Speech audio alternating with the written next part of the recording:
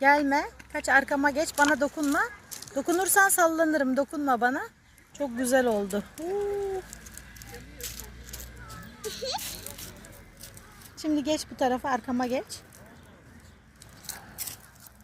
Arkama geç. Arkama geç. Arkama geç. Çabuk.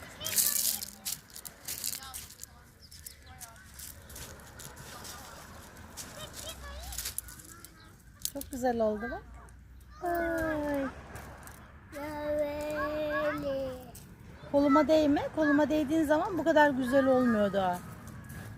Tamam mı çocuğum benim?